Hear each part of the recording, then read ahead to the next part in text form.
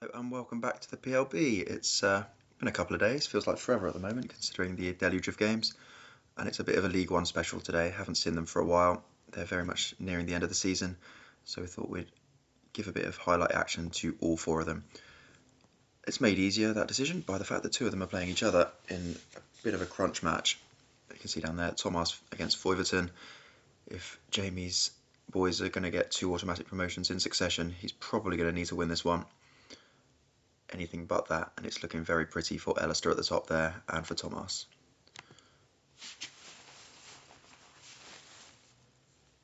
So there's 3 League One games supplemented by a couple of League Two games as well. But we're actually going to start with the recently reigned EFL Trophy champions, FullofStrangeham. The only League One team to have really had any kind of match action in the past 2.5 weeks. Most of League Two and the NLP played even through the international break just to catch up. But League One has actually taken a pretty smooth, familiar, consistent course, leading to this point where there's only 4 games left for every team.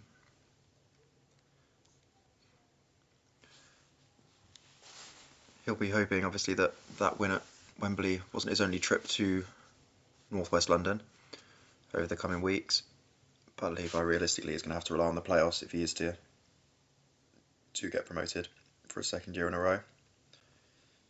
Sort of just slipped behind the other 3. I'm not really sure when it happened. He seems to have been in pretty consistent form for a while now. I think it was around Christmas. Just a few drop points against those other draft teams, and indeed some of the non-draft contingent as well. Levi's in my good books at the moment. He's been very helpful with me in a house hunting search around southwest London. So I'll be able to talk to him about his team on a pretty regular basis at some local pubs soon.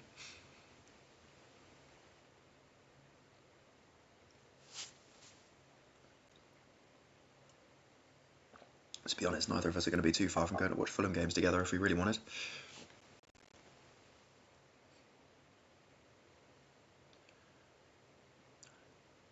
Take a good book, a decent pillow. I think that's the general narrative of Fulham fans, isn't it? Sounds brilliant.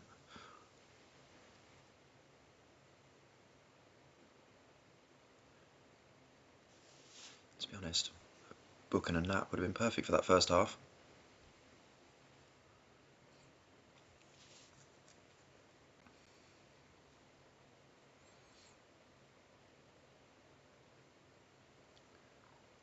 It's just the 3 match days left after this one for the League One sides. I think they're playing next Friday. I think there's a lot of Friday action next week. The NLP comes to a close, and League One and League Two teams both in action. That's because the FA Cup semi-finals dominate the Saturday coverage. Then I think there's one midweek game the week after, I think around Tuesday or Wednesday, and then they finally finish on that Saturday following.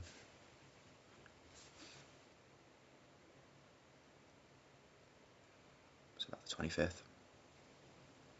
Which is when League Two was supposed to finish as well, but because of all the European fixtures for a few of us, we're having to extend it into the Monday, which has actually made life a bit complicated in terms of planning for the summer pause.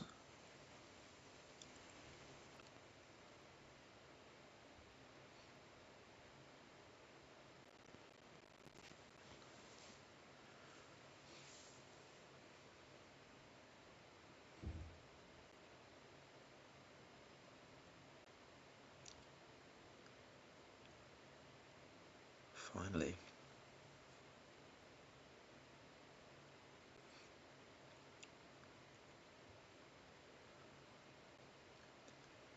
Obviously for Thomas Tuchel, promotion from League One to the Championship is his biggest mission for the months to come in both real and fantasy land.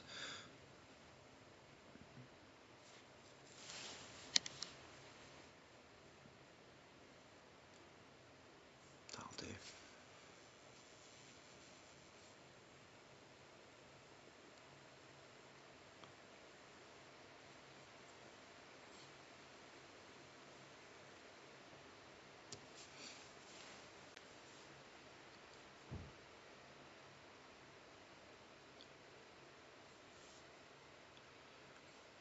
And Ellister on their way to the League One title. A win here would maybe not put a whole hand on the trophy, but maybe a couple of fingers. As you can see there, their fate in terms of the title resting more on the other game that's coming up next, maybe more than this one. But if they can get 3 points here and Thomarse can see off Foyverton, then automatic promotion will be 1 game away.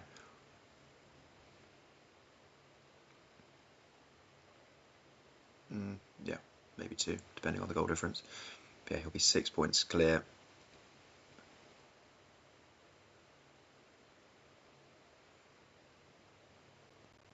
At least.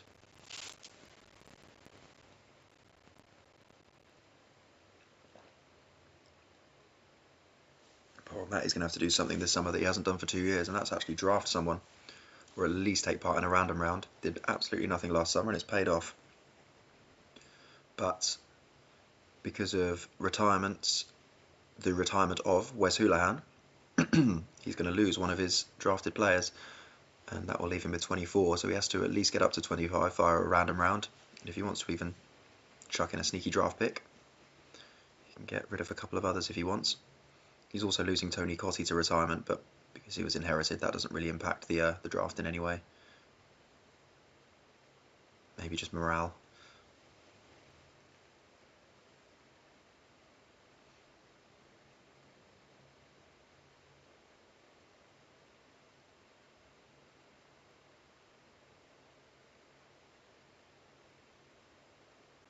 Is that a penalty? It is.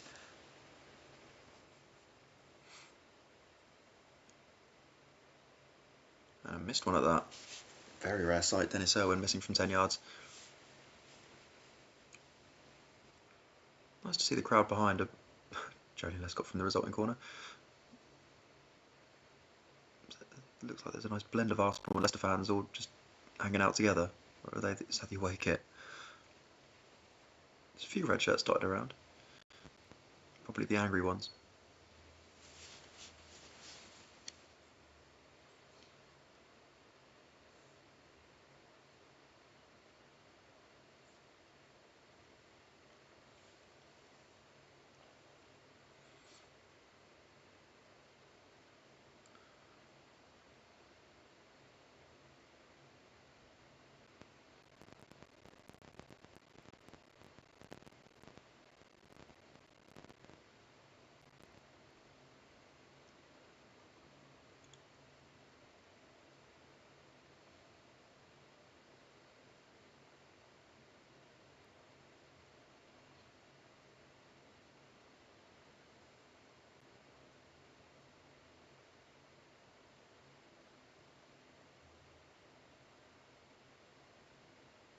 Oh, what a hit.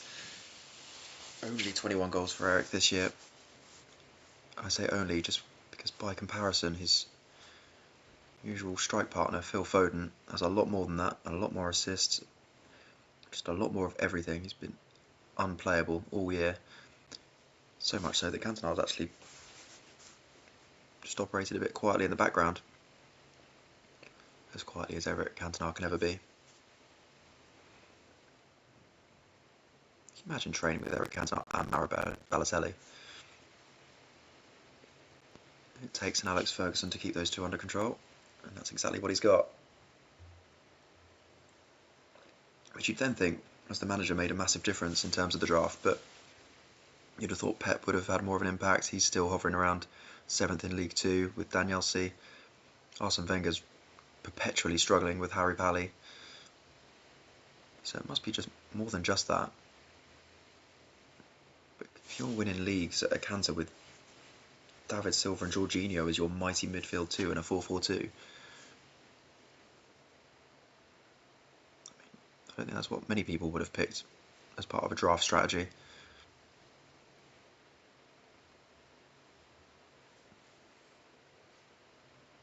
But it continues to work and continues to edge Mattpies towards not only the Championship, but potentially this League One title as well.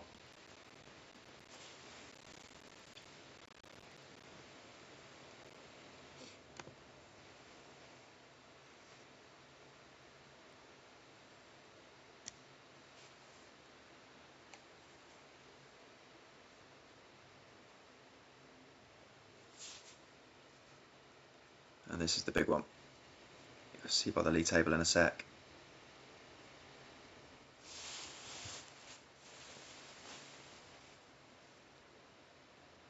Foyverton, who had that just disastrous couple of months in January and February, steadied the ship. More than so, really, and they're only 2 points behind Thomarse. A win would take him back into the automatics. A loss would mean that Ellister really do have a firm grip on their automatic promotion credentials, and also Thomarse wouldn't be far behind. It would almost cement that top two, I think. So it's do or die moment for last year's League Two heroes. The team in blue, who after quite a lot of rotation in recent weeks have gone all guns blazing. That particular gun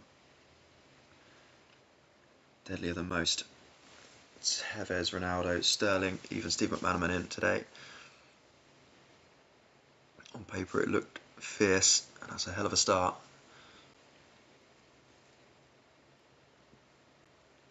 Questionably offside, I'd say, but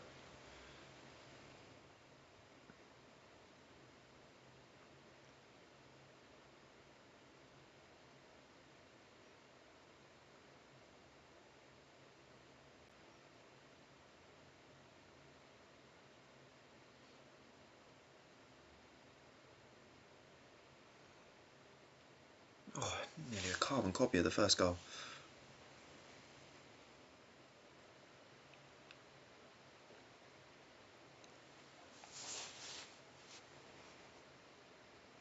For a while this division was sort of sleepwalking into a bit of a damp squib of an ending, but especially if Forster does win here, for a barnstorming final 3 games.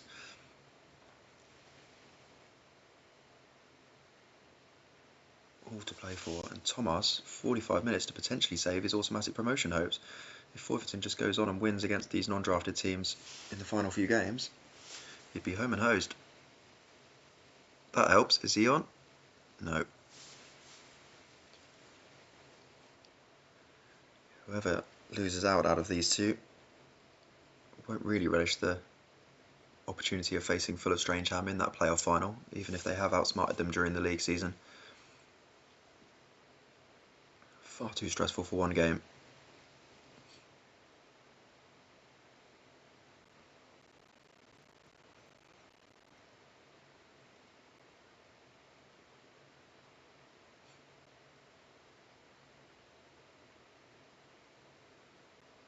It's Foyverton who looked the most dangerous still.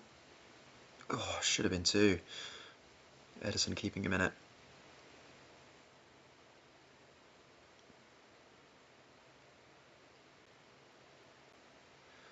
I think we spoke about Pellegrini the other day trying to save his job at Jazz of the Rovers. I think Ranieri probably is in the same boat, and this is the best performance he's got out of his team for a long time. And it's 2. Claudio working his magic when it really matters. And we're currently looking at a top 2 from last year being the same 2 this year.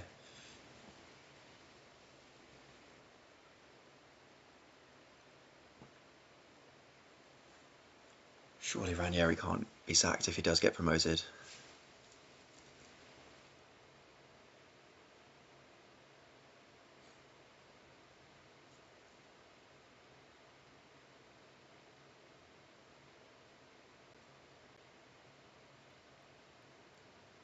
Is that offside again? Not this time. That's a get the ball moment. Ansu Fati, the player that should never have been included in this draft, continues to come back and haunt me. I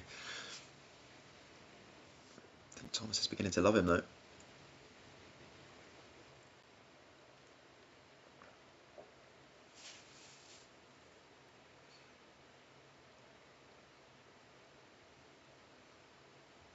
Cliverts.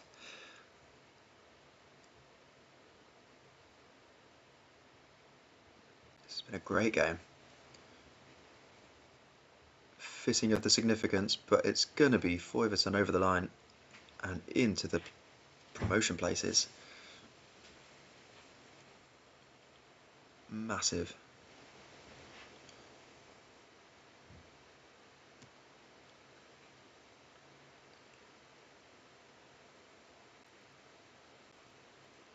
Not a good weekend to be an Arsenal fan so far. Great weekend to be an Ipswich fan.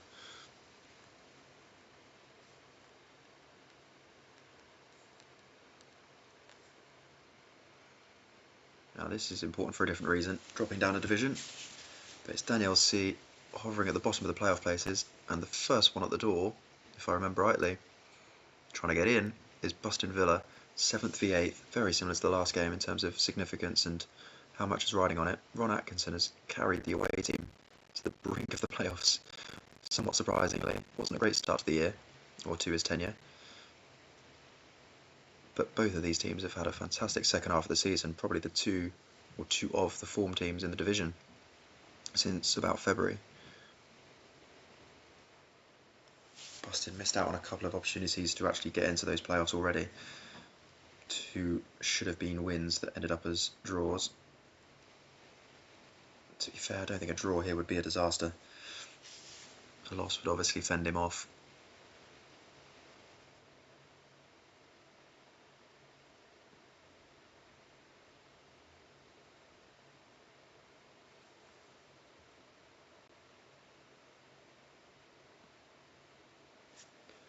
Pretty uninspiring first half on all accounts.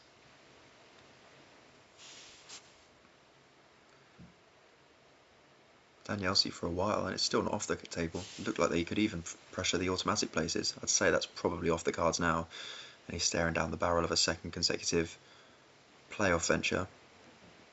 But he'd like some breathing room on that note as well, and that breathing room would only come from a late goal here.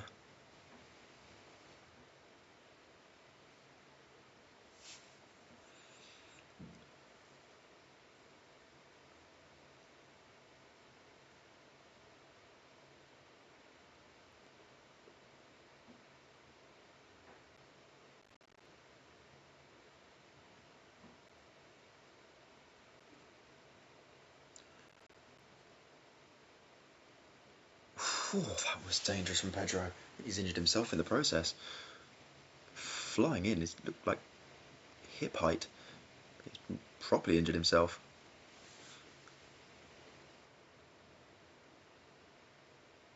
Lucky not to lose a penalty and a leg.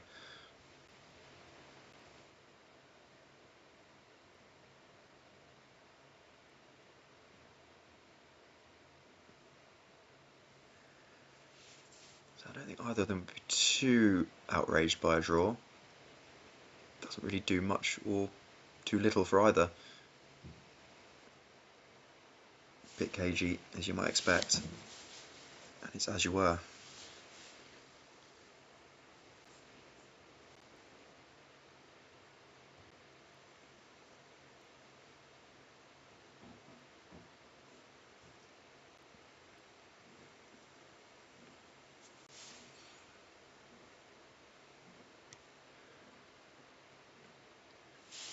Bit of a similar situation for this final game, or final highlighted game as well, albeit the window's a bit broader between Leeds UniTodd and the Red Wall. The Red Wall probably more keeping an eye on the automatic places than they are just cementing the playoffs. Leeds UniTodd still within a chance, but would have to win today. Take them on to 68 points. We know that Danielsea have just moved on to 72, so 4 points down with 5 to play. Still definitely doable, but can't really afford many more slip-ups. And he's gone to a 4-4-2 Bielsa today. Don't think he's done that all year. He's played Forlan off the left and Elker off the left. But he's gone all out today. Trying to shrug off their EFL Trophy defeat last week. It was a tight game. I think lost 3-2 in the end against Levi's FullofStrangeham. But no other focus between now and the end of the year apart from this League 2 attack.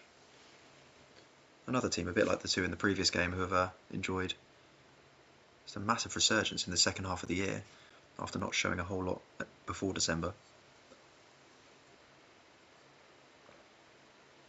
The Red Wall, meanwhile, have been pretty consistent throughout. Led early on, been in the playoffs most of the year, won a Carabao Cup to boot, and still very much in the promotion picture.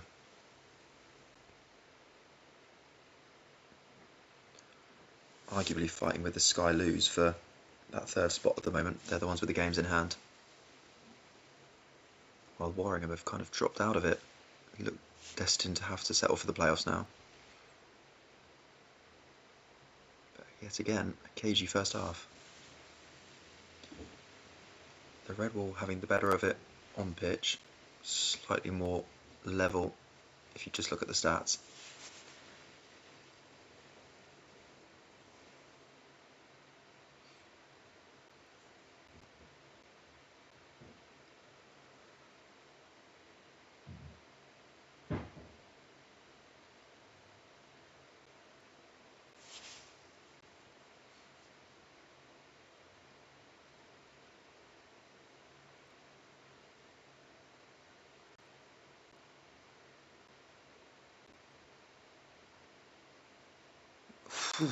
Is that a pen?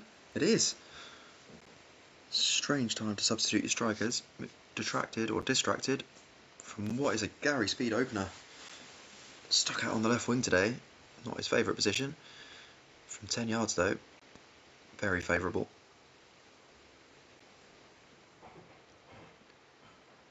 What a player he was. Bit of some odd rotation from Ten Hag for the away side actually. No Sancho or Anthony, which would usually mean a good thing, but they've been pretty potent off the wings. Neither of them chosen today. Brian McClare, the next in line striker, when you've got the likes of Berbatov, Dwight York, Heidegger Johnson. It's a little bit odd as well. Not that McClare wasn't quality as well, but I'd say he's at the bottom of that pecking order, usually. But in a completely selfish way, this result would open things up. I mean, terrible actually for me and the Mattpies, but very good for the excitement levels going towards the end of the year. Because to have as many teams as possible involved. The Tractor Bolge another to keep an eye on when the scores come out shortly. Try and get as many people involved for that final day as possible.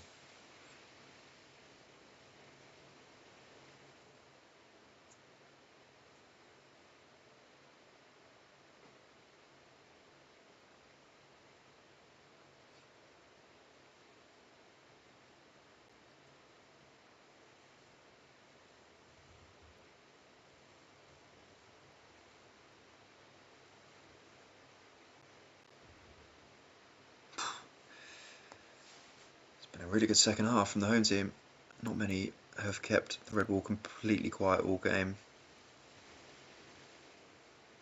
Clean sheets against them would have been quite rare, I'd have thought. It still might not be done.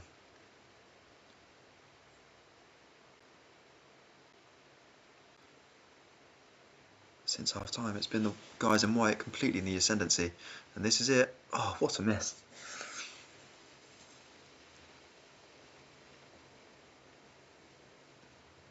Huge win for Leeds UniTodd. Fantastic comeback from that EFL Trophy defeat. Back in that playoff hunt. 5 games to go for them. Not a massive disaster for the Red Wall, but potential to lose ground on Louis, depending on his result coming up.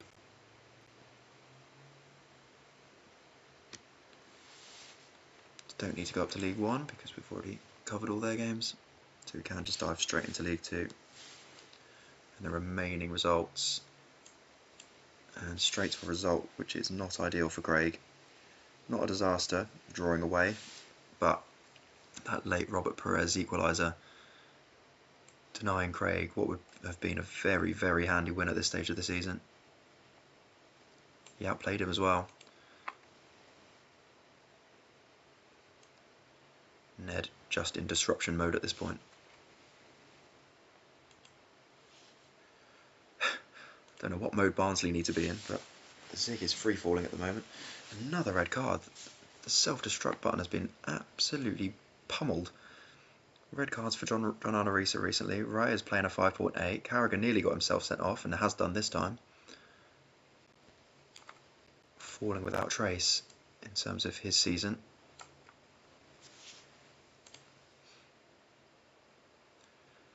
And a really big win for Cheshampton. The other team I've not mentioned yet today, very much in that automatic / playoff category. Jazz the Rovers, another team a bit more like Leeds UniTodd and Bustin Villa, who needed a win to keep their hopes up. Had a good win the other day and can't back it up.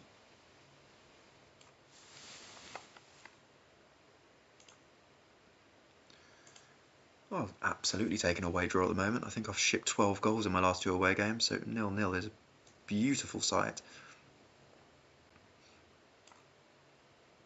No qualms. As I've said before, Calver very much focused on his FA Cup semi-final next week in terms of his end-of-year aspirations. Speaking of end-of-year aspirations, Louis has made that red Wall result a bit null and void. Unable to capitalise, it's Cheshampton that have won out. But this is obviously a good time to mention that this is not the biggest thing that's happened in Louis' life over the past few days. Congratulations on your little newborn. Do not take out your rage for frustration from this result on baby.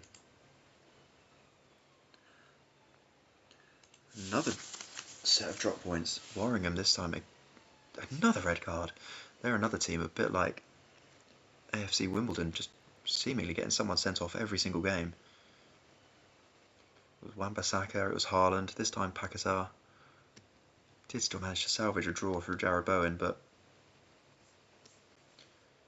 he's got to keep a slight eye behind him on whether he's guaranteed a playoff place. Almost guaranteed a promotion spot at this stage, though, alongside Hart Chamberlain. Surely Dauncey's Devils continue to march on. Just a builder still trying to put himself on the transfer list, I think, for us in the draft and this summer. Keeps scoring against everybody like Jordi Cruyff. John Obi Mikel, the unlikely hero on this occasion. And finally, have we got Hart Chamberlain? We have, and another win for him as well. Freddie Canute, about time he got on the score sheet. He's doing well to keep Isaac on his toes, but not actually really backing it up with goals. This one, though, very important. One step closer to that League 2 trophy, or at least automatic promotion secured. And that brings us to the league table, in fact.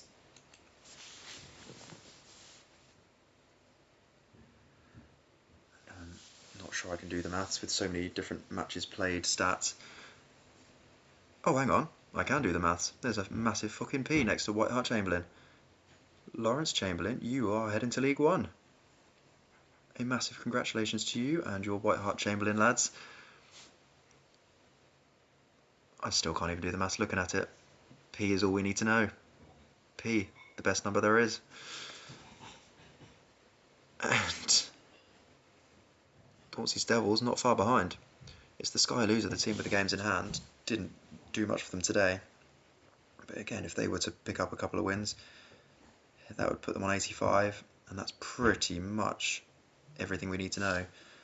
Looking down to the playoffs, again, I'm still within touching distance. I've got 2 games in hand myself that could take me at least up to 7th, potentially 6th. The Red Wall and Danielsea also hovering on slightly fewer games than Warringham and Cheshampton. Then you look further down, and still Leeds UniTodd on the track to Bolge. It's not over for them. You know, if they win their game in hand, they'd both go ahead of Jazz, both go within touching distance of Bustin Villa, and be only 1 point away from Danielsea. Still so much to play for. Any manager sackings? Ah, Mick McCarthy. That's sad.